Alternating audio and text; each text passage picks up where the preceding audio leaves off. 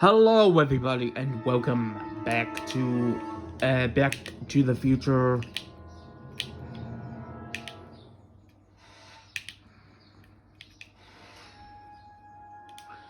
Back to the future.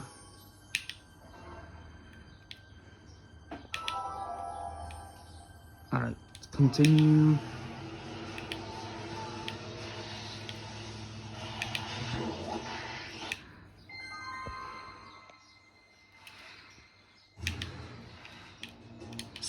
Doc! Morty, have you found my younger self yet?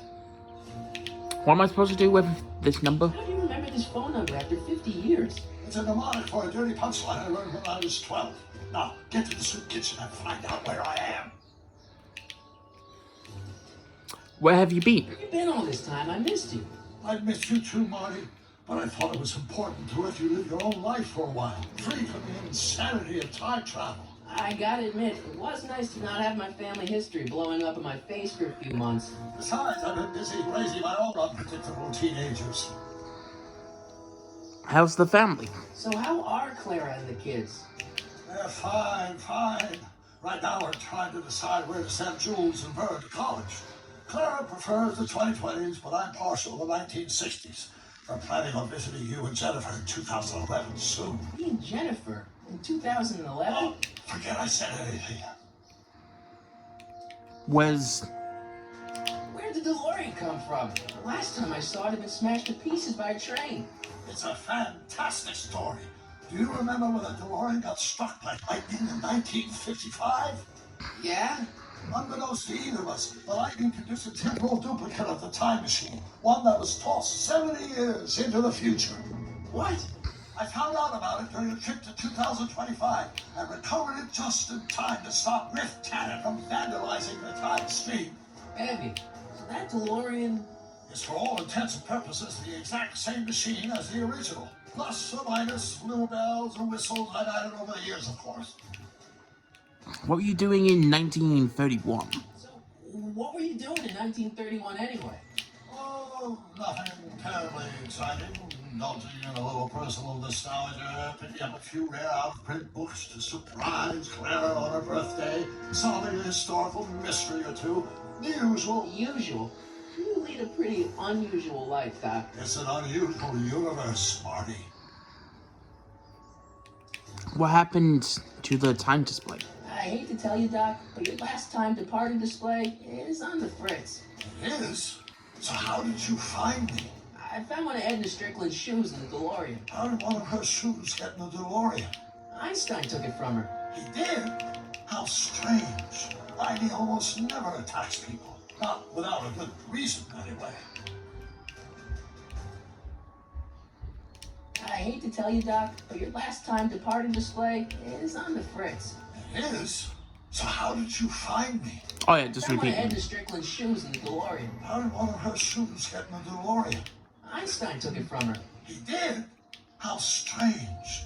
He almost never attacks people. Not without a good reason, anyway. What were you doing in jail? How'd you wind up in jail in 1931 anyway? During my trip to the past, I decided to look into one of Hill Valley's unsolved mysteries. The fire at the speakeasy. Exactly. I thought I was safely hidden across the street. But when the fire started, there was a tremendous explosion, and I was knocked unconscious by a stray brick. When I woke up, I was here in jail, charged with arson. It's horrible. I know. Worse yet, I still don't know who started the fire. I saw my grandpa. That's who I bumped into at the soup kitchen. My grandfather. No, Don't worry, I didn't talk to him or change his future or anything. good. I wish I could, though. This era's tannin is dreaming like dirt. Don't worry. If history plays out as it's supposed to, he'll soon be out from under Kit Tannen's thumb and free to live out his life as a humble accountant with your grandma. What was her name again? Sylvia. Right, Sylvia. About Kid Tanner. What's the story with this kid Tannin jerk anyway? His father? By this time next year, he'll be pulling down a life sentence in San Quentin. There was even a song about it. Wait, if Biff will be born in 1938, and Kid will be in prison, As I recall, he escaped from prison in 1937 for about 3 hours.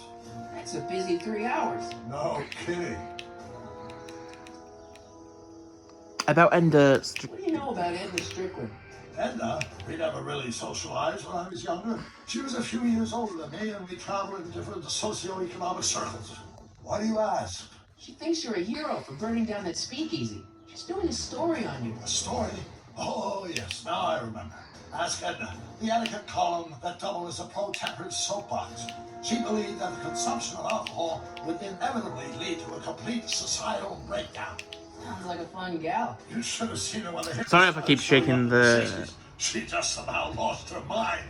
That would explain a lot. Sorry if I keep shaking the phone on that.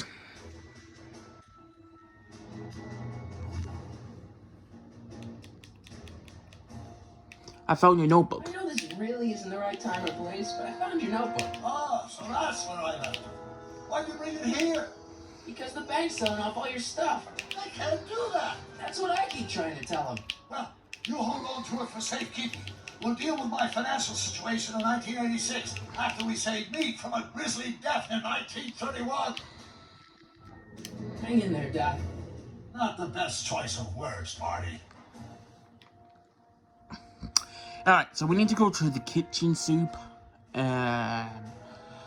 So yeah, let's know the door.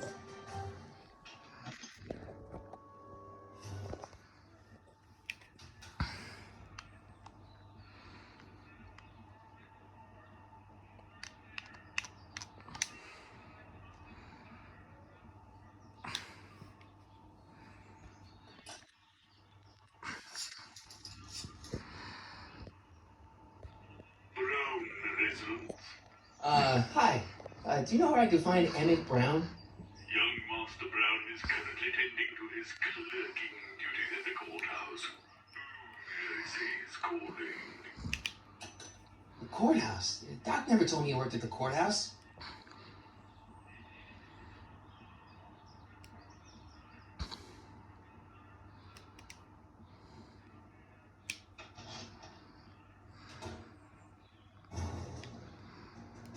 Alright, so the courthouse.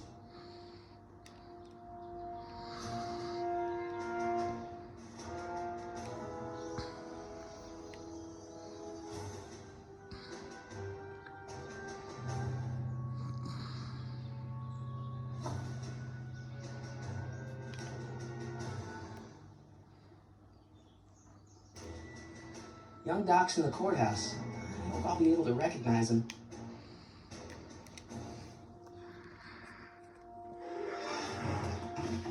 Don't touch those. These are very sensitive legal documents. Nobody is supposed to handle them but sworn officers of the court.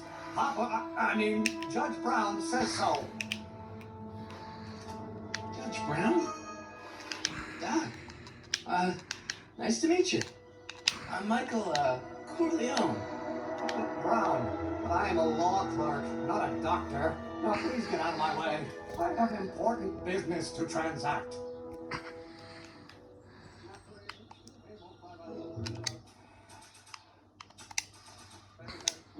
Don't think, Emmett, think. H to the A multiplied by the inverse of A. H to the A multiplied by the inverse of A.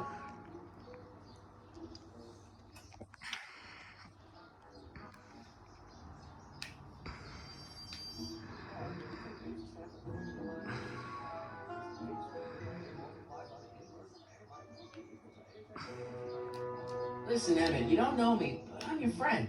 I'm not big on friends. They get in the way of work. What are you doing? What's this important business you're up to? It's a legal matter. Very complicated, very abstruse. I need to obtain 5 sets of initials on every copy of this writ of indemnification before Judge Brown can even think of granting a waiver to the party in the first part. You have no idea what it's about, do you? That's how important it is. When will you be finished? So, Emmett, what time are you through with work? Depends. On weeknights, Pop sometimes keeps me in the office till 9. 9 at night? But today's Saturday. So I probably won't get off before 10. How about quitting early? How about you knock off work early and I'll buy you a beer, or soda. What do you say?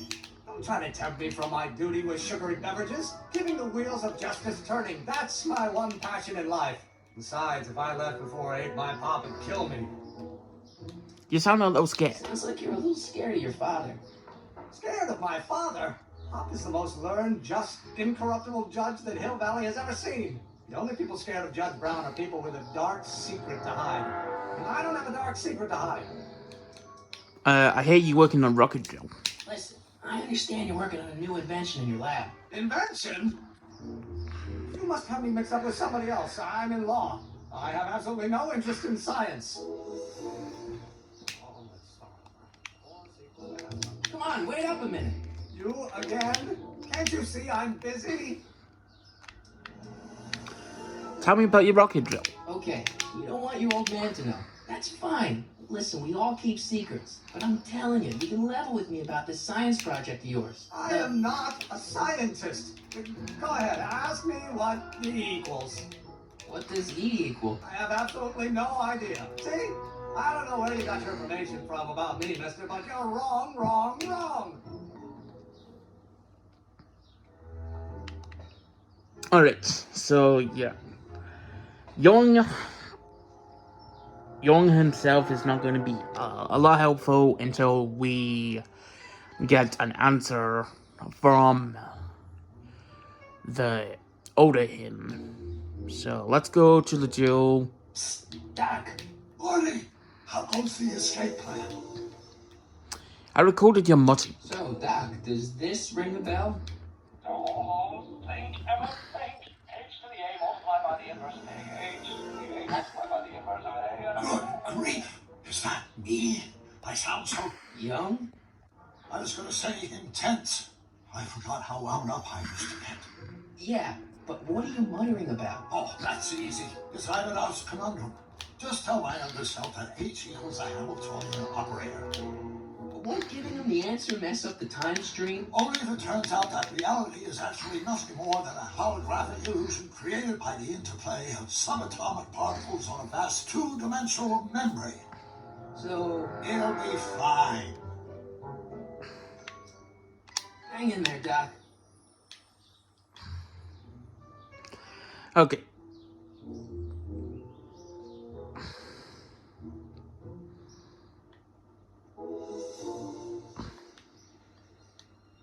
Will you just give me a chance? Harassment's a federal crime, Mr. Corleone. H equal operator. Maybe H equals the Hamiltonian operator. What did you just say? I said maybe H equals the... Hamiltonian operator. Yeah. Great Scott! If H is a Hamiltonian, then H to the A multiplied by the inverse of H can only be the same as the expectation value for A. That's it! That's the solution to Ivanhoe's conundrum, the problem I've been wrestling with in my head all week! I'm sure you would have figured it out by yourself in a day or two. The way you figured out how to build that rocket-powered drill. Where did you learn so much about science?